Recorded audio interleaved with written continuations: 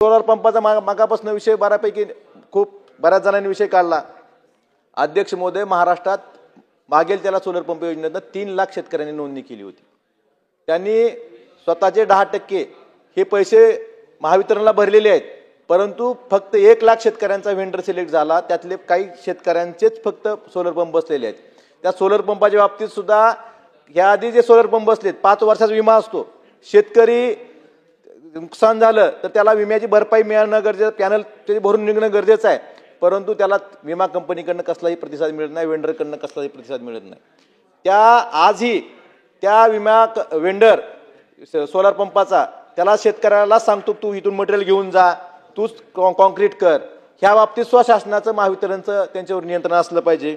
अध्यक्ष महोदय, 3 लाखापैकी फक्त 1 लाख शेतकऱ्यांचे वेंडर सिलेक्ट झालेले आहेत, त्यांच्या पंपाची कामं चालू, बाकीचे 2 लाखाचं काय? 6-6, 8-8 महिने झाले यांनी पैसे भरून महावितरणकडे, त्यांचे सोलर पंप कधी बसणार हे सरकारनं सांगणं गरजेचं आहे।